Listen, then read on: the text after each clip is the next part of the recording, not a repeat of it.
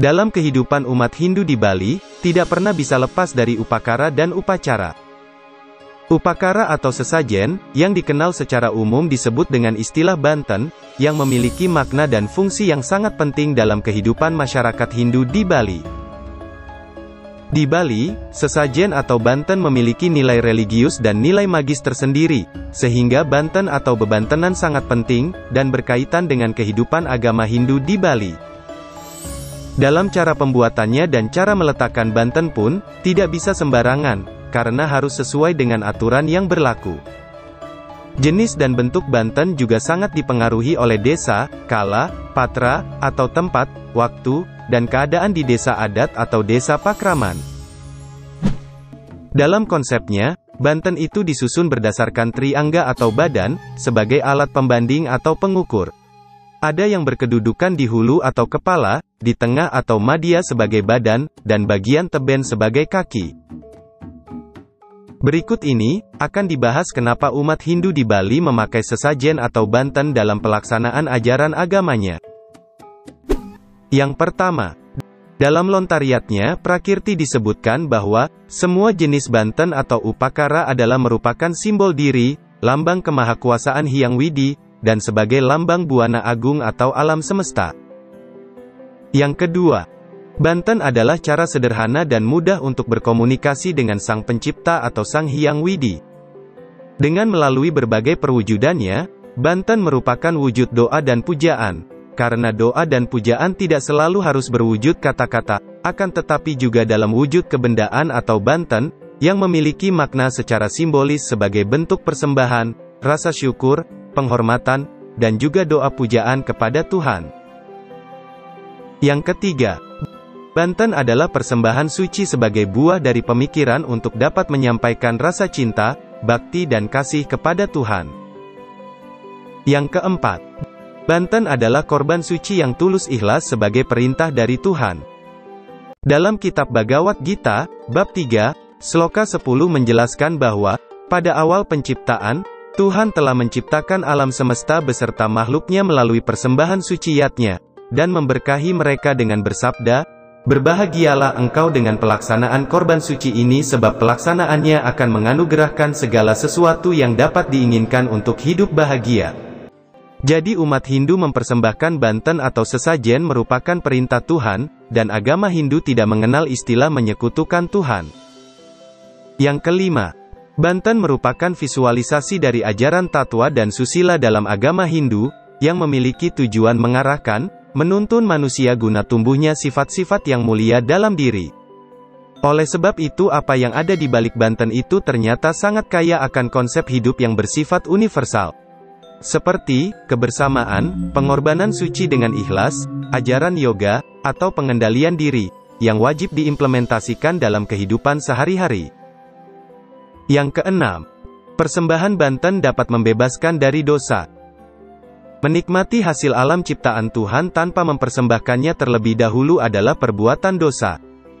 Hal ini dijelaskan dalam Bhagavad Gita, bab 3 sloka 13, yang menyebutkan bahwa, orang baik yang memakan makanan, yang sudah dipersembahkan terlebih dahulu sebagai persembahan suci kepada Tuhan, terbebaskan dari segala dosa.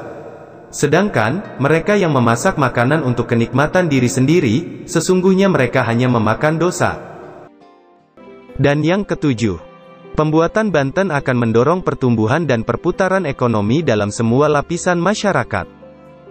Hal ini sudah terbukti, dengan pelaksanaan niatnya akan mendorong perputaran ekonomi di Bali.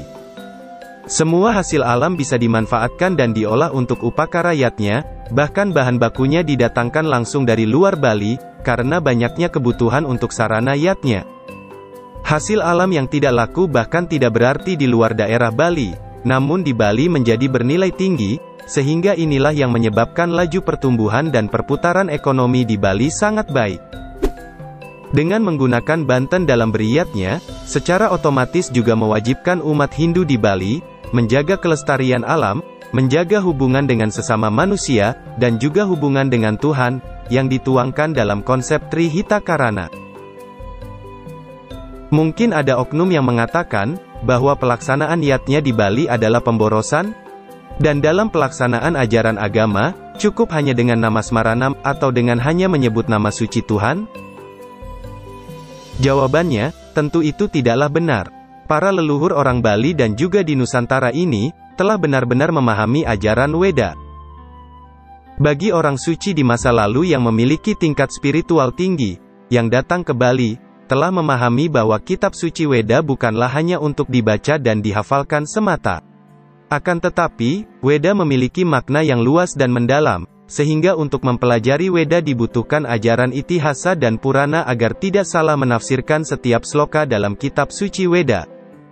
Hal ini termuat dalam Wayu Purana, yang menyatakan bahwa Weda seharusnya dipelajari dengan sempurna melalui jalan mempelajari Itihasa dan Purana, sebab Weda itu akan takut kepada orang-orang yang sedikit pengetahuannya. Dengan kata lain, jangan sampai orang yang belajar Weda itu tidak memiliki cara berpikir yang benar, tentang bagaimana mestinya memasuki jalan Weda yang sangat rahasia dan penuh dengan filsafat ketuhanan. Banyak orang mengira bahwa Weda itu hanya berupa tulisan semata. Tetapi sesungguhnya, semua yang ada di alam semesta ini adalah Weda, atau sastra tanpa tulis, yang mana sejatinya sastra tanpa tulis berasal langsung dari alam semesta, yang merupakan Sang Hyang Widi atau Tuhan itu sendiri.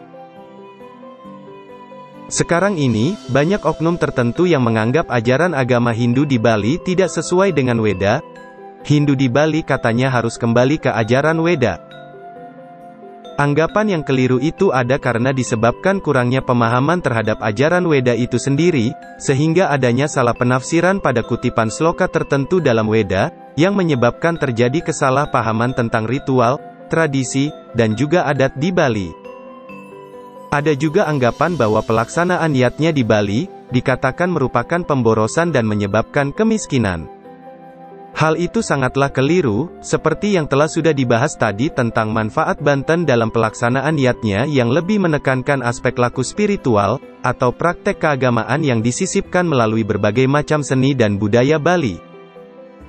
Dalam pelaksanaan yatnya di Bali, memiliki tingkatan tertentu yang disesuaikan dengan kemampuan, mulai dari yang besar, sedang dan kecil. Yang ketiga tingkatan yatnya itu, sesungguhnya memiliki makna dan tujuan yang sama. Disinilah seharusnya peran besar para sulinggi di Bali, dan juga PHDI harus bisa memperkenalkan ketiga tingkatan yatnya itu kepada umat Hindu, dan juga bisa menjelaskan makna serta filosofi yang ada dalam yatnya itu sendiri sebagai persembahan yang suci dan ikhlas sesuai dengan kemampuan. Jangan sampai pelaksanaan ritual hanya sebatas ritualistik semata yang kadang membuat umat terjebak pada rutinitas seremonial, sehingga kehilangan makna. Mari kita jaga dan lestarikan bersama ajaran adiluhung leluhur kita di Bali, di tengah konversi keyakinan lain yang tidak sesuai dengan teologi, adat, dan tradisi kita di Bali. Demikian ulasan singkat tentang manfaat persembahan Banten dalam pelaksanaan ajaran agama Hindu di Bali. Semoga bermanfaat dan menambah wawasan kita semua.